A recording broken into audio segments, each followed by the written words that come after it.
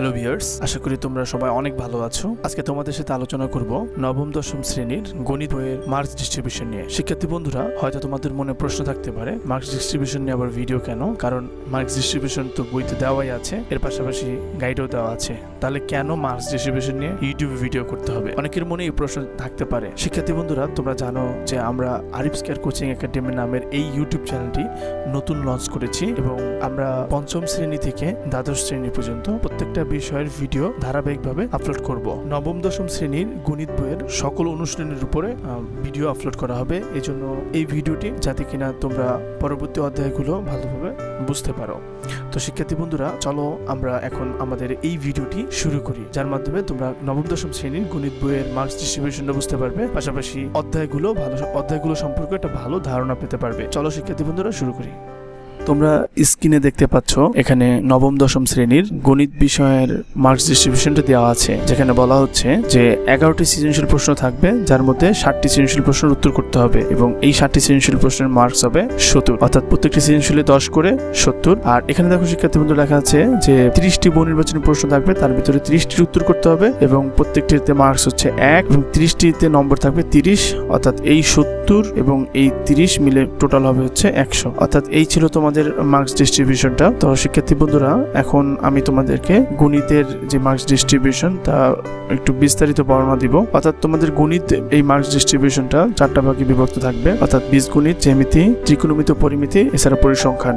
এখন প্রত্যেকটা বিভাগ নিয়ে আমি আলোচনা করব। শিক্ষার্থী বন্ধুরা, এখানে দেখো যে বীজগণিতের পার্টটা দেখাচ্ছে, যেটা হচ্ছে ক বিভাগ। এই বীজগণিতে এখানে যে সৃজনশীল প্রশ্নগুলো এখানে দেখো লেখা আছে যে 3টি প্রশ্ন থাকবে, তার ভিতরে 2টির উত্তর করতে হবে। অর্থাৎ এইখানে যে অনুশীলনীগুলো দেখতে পাচ্ছ, এই অনুশীলনী থেকেই 3টি প্রশ্ন থাকবে, তার ভিতরে 2টির উত্তর করতে হবে। এবার দেখো খ বিভাগ জ্যামিতি তো শিক্ষার্থী বন্ধুরা 3টি প্রশ্ন থাকবে, যার ভিতরে 2টির উত্তর করতে হবে।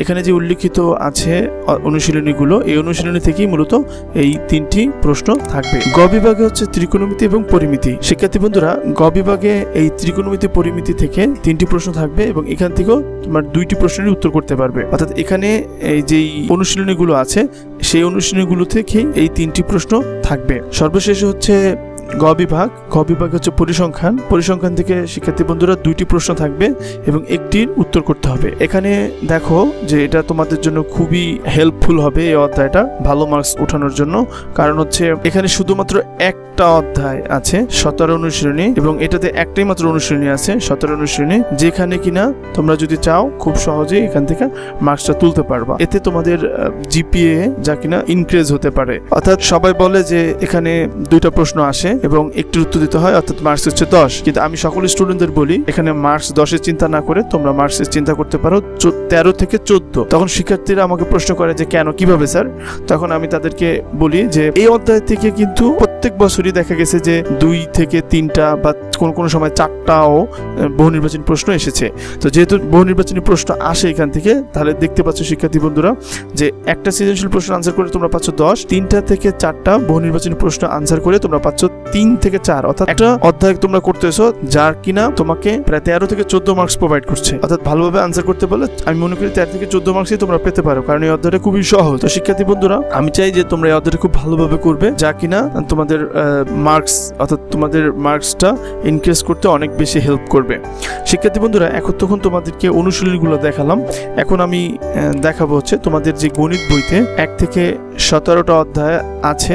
এই 1 থেকে 17 অধ্যায়ের ভিতরে আমি প্রত্যেকটা অধ্যায় আলাদা আলাদা করে দেখাবো যে কোন অধ্যায় বীজগণিতগুলো আছে, কোন অধ্যায় জ্যামিতিগুলো, ত্রিকোণমিতিগুলো অথবা পরিসংখ্যানটা কোন অধ্যায় আছে, এগুলো একটু বিস্তারিত তোমাদের দেখাবো। তো শিক্ষার্থী বন্ধুরা, এখানে দেখতে পাচ্ছ তোমরা এখানে যে বীজগণিতের যেই অধ্যায়গুলো আছে এটা লিখে রেখেছি আমি। এখানে বাস্তব সংখ্যা, যেটা প্রথম অধ্যায় আছে, সেট ও ফাংশন, এটাও বীজগণিতের। এরপরে তৃতীয়টা আছে বীজগাণিতিক রাশি, চতুর্থতে আছে সূচক ও লগারিদম, পঞ্চম আছে একচলক বিশিষ্ট সমীকরণ, 11তে আছে দেখো বীজগাণিতিক অনুপাত ও সমানুপাত, এরপরে 12 নম্বরে আছে দেখো 2 চলক বিশিষ্ট সরল সমীকরণ, 13তে আছে হচ্ছে সসীম ধারা। এগুলো সবই বীজগণিতের আন্ডারে।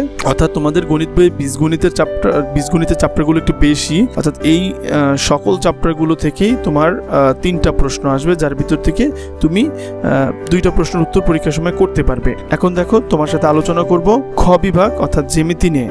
শিক্ষার্থী বন্ধুরা, তোমাদের যেই গণিত বই, এই গণিত বইতে 17টি অধ্যায় আছে, তার ভিতরে 5টা অধ্যায় আলোচনা করা হয়েছে জ্যামিতি নিয়ে। অর্থাৎ প্রথম অধ্যায়টা দেখো, রেখা, কোণ ও ত্রিভুজ, যেটা তোমাদের বইয়ের 6ষ্ঠ অধ্যায়, এবং ব্যবহারিক জ্যামিতি, যেটা হচ্ছে 7ম অধ্যায়, এবং বৃত্ত, যেটা হচ্ছে 8ম অধ্যায়। শিক্ষার্থী বন্ধুরা, এই অধ্যায়টা খুবই ইম্পর্টেন্ট। প্রত্যেকবার বোর্ড পরীক্ষায় দেখা যায় যে এই অধ্যায় থেকে প্রশ্ন আসে। তোমরা যদি ভালো করতে চাও তাহলে এই অধ্যায়টাকে তোমরা অনেক বেশি গুরুত্ব দিবে। 14 অধ্যায় অনুপাত, সদৃশ্যতা ও প্রতিসমতা। এখান থেকে দেখা গেছে যে তেমন ভাবে প্রশ্ন আসেনি, তবে ইম্পর্টেন্ট, অনেকবারই বহু নির্বাচনী প্রশ্ন এসেছে এখান থেকে। তাই আমি চাই যে তোমরা এই অধ্যায়টার প্রতিও গুরুত্ব দিবে। এরপর দেখো শিক্ষার্থী বন্ধুরা, এখানে আছে যে 15 অধ্যায়, অর্থাৎ ক্ষেত্রফল সম্পর্কিত উপপাদ্য ও সম্পাদ্য। এই অধ্যায়টা ছোট একদমই, তবে এখানে সেই ভয়ানক উপপাদ্যটা রয়েছে যাতে কিনা সকল শিক্ষার্থীরা ভয় পায়, অর্থাৎ পিথাগোরাসের উপপাদ্য। তবে কোনো ভয় নেই, তোমরা আমাদের সাথে থাকো। আমরা পিথাগোরাসের উপপাদ্যের উপর টিউটোরিয়াল আপলোড করব,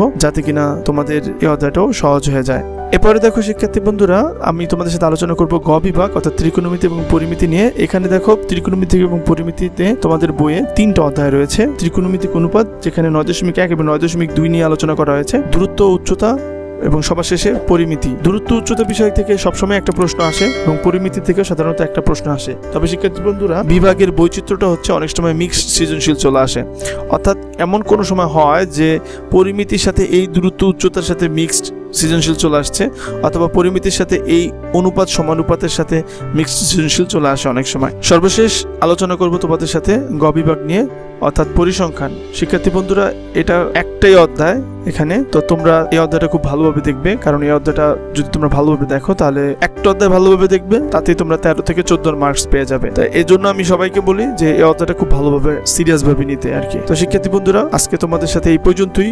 যদি আমার টিউটোরিয়াল তোমাদের ভালো লাগে থাকে, তোমরা এই মার্কস ডিস্ট্রিবিউশন তোমার বন্ধুদের সাথে শেয়ার করো, যাতে আমাদের এই ভেঙ্গে ভেঙ্গে দেখানো মার্কস ডিস্ট্রিবিউশন দেখে তোমার বন্ধুর গণিত বই সম্পর্কে এটা মোটামুটি ভালো ধারণা হয়ে যায়। এবং আমাদের এই টিউটোরিয়াল, ধারাবাহিক টিউটোরিয়াল আপলোড করা হবে প্রত্যেকটা টপিকের উপর, প্রত্যেকটা অধ্যায়ের উপর। তোমরা যদি কমেন্ট করো গণিত বইয়ের যে কোনো টপিকের উপরে, আমরা টিউটোরিয়াল আপলোড করব তোমাদের কমেন্ট অনুযায়ী।